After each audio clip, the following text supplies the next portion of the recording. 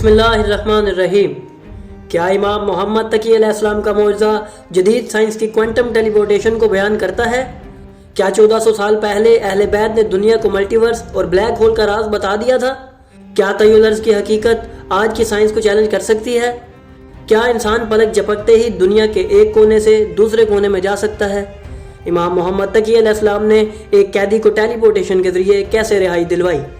तो अगर आप इन्हीं सब सवालात के जवाब जानना चाहते हैं तो जुड़े रहिए हमारे साथ इस वीडियो में। नाजरीन, हम सब जानते हैं कि आज के जदीद दौर में सफ़र करना इंतहाई आसान हो गया है। महीनों का सफ़र दिनों, जबकि दिनों का सफ़र घंटों में तय हो रहा है। रास्ता जितना भी लंबा हो, इस कदर आसानी से तय हो जाता है कि अकल दंग रह जाती है। जदीद टेक्नोलॉजी, तेज़ रफ्तार गाड़ियाँ, हवाई जहाज़ और दीगर सफरी सहूलियात ने फासलों को समेट दिया है। इंसान ये समझता है कि ये जिद्दत सिर्फ इसी सदी में ज़ाहिर हुई, मगर नाजरीन, हकीकत तो ये है कि तमाम सहूलियात पिछले ज़मानों में भी मौजूद थीं। आज का इंसान तो फिर भी सफ़र करने के लिए सहूलियात का मोहताज है, मगर जब हम तारीख़ के गुमशुदा औराक पलटते हैं तो हमें ऐसे मनाज़र भी देखने को मिलते हैं जहाँ पर इंसान ने पलक झपकते ही कई शहरों का सफ़र किया। ये कोई हैरत की बात नहीं, क्योंकि जब हम रूहानियत पर मुश्तमिल कुतुब का मुतालिया करें तो हमें इस बात का सबूत मिलता है कि इंसान अगर चाहे तो ज़मीन के फासलों को अपने लिए समेट सकता है।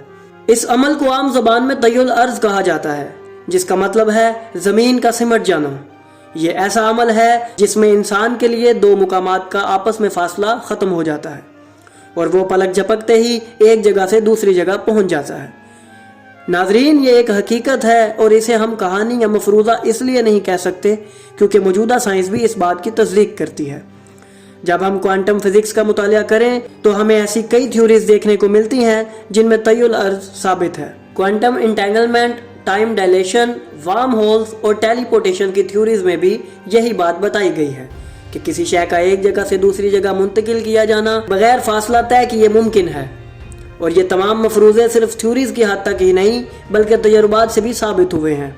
ये तमाम इल्म हमें आज की साइंस ने नहीं बल्कि 1400 साल कबल ऐसी हस्तियों ने अता किया था जिनकी हुकूमत इस दुनिया के ज़र्रे ज़र्रे पर थी, और इन्होंने उस दौर में तय्युल अर्ज़ का अमली मुज़ाहरा भी करके दिखाया। नाजरीन, इन हस्तियों ने अपने खुतबात व फरामीन में हमें इस दुनिया के मुतल्लिक ऐसे राज बताए जिनकी तस्दीक आज की साइंस कर रही है। आज की वीडियो में हम आपको अहले बैत ही की एक ऐसी हस्ती का मौजज़ा सुनाएंगे जिन्होंने ज़मीन के फासले समेट दिए और इंसान को कई सौ साल कबल वार्म होल्स और टेलीपोर्टेशन का तसव्वुर दिया। ये वो इमाम हैं जिनकी ज़िंदगी से बहुत कम लोग वाकिफ़ हैं। आज हम अहले बैत के ऐसे इमाम का जिक्र करने वाले हैं जिन्हें महज 25 साल की उम्र में शहीद कर दिया गया, मगर इस कदर थोड़ी मुद्दत हयात में उन्होंने इस कदर अलूम इंसानियत को सिखाए कि जिनका शुमार मुमकिन नहीं।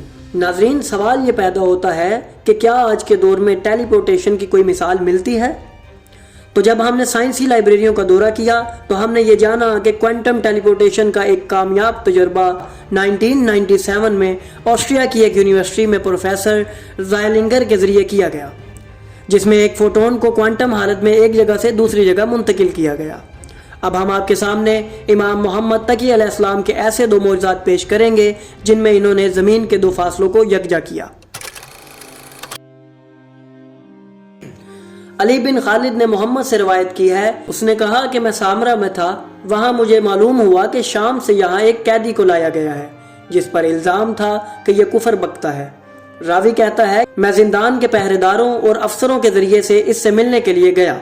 मैंने उसे देखा तो वह शख्स मुझे एक अक्लमंद इंसान दिखाई दे रहा था। मैंने उससे कहा कि तेरा कसूर क्या है और तुझे क्यों गिरफ्तार किया गया है? उसने कहा कि मैं शाम का रहने वाला हूँ और मुकाम रासल हुसैन पर इबादत किया करता था। एक मरतबा मैं इबादत में मसरूफ़ था कि मेरे पास एक शख्स आया और उसने मुझसे कहा, उठो और मेरे साथ चलो। मैं उसके साथ चला तो चंद लम्हों बाद हम मस्जिद कूफा में थे। उन्होंने मुझसे कहा कि क्या तुम इस मस्जिद को जानते हो? मैंने कहा, जी हाँ, ये मस्जिद कूफा है।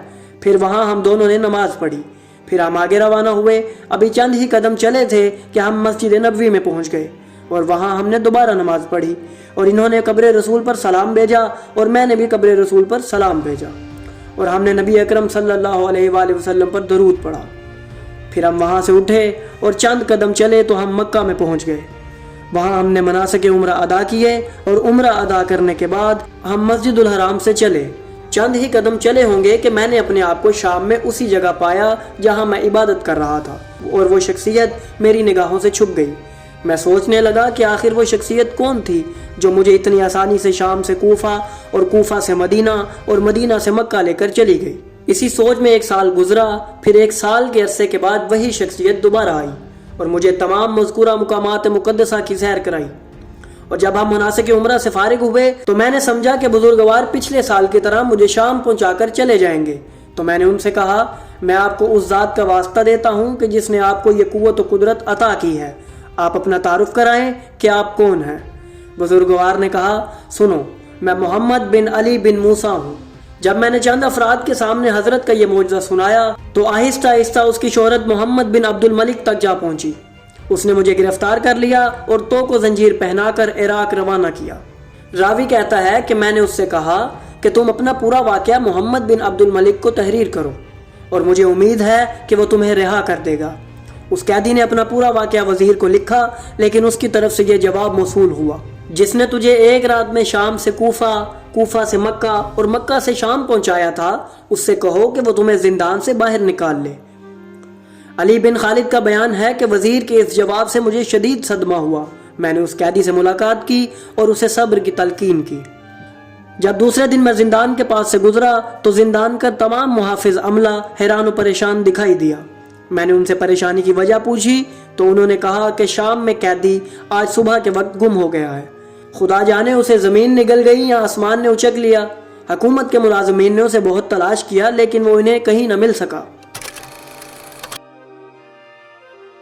راوی کہتا ہے کہ میں نے سرمن رائے میں امام محمد تقی علیہ السلام سے ملاقات کی اور ان سے بیت المقدس تک جانے کے لیے خرچ کے متعلق سوال کیا۔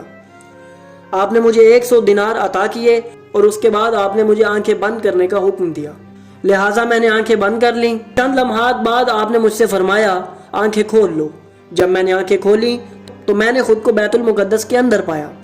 ناظرین، ان واقعات سے ظاہر ہوتا ہے کہ کس طرح امام محمد تقی علیہ السلام نے 1400 سال پہلے ٹیلی پورٹیشن کا ایسا نایاب مظاہرہ کیا جو انسانی عقل کو حیران کر دیتا ہے۔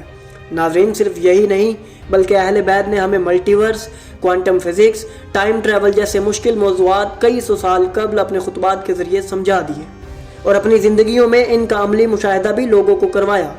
اگر ہم ان کی تعلیمات کو سمجھیں تو یقیناً ہمیں وہ تمام راز ملیں گے جن سے انسان آج بھی غافل ہے۔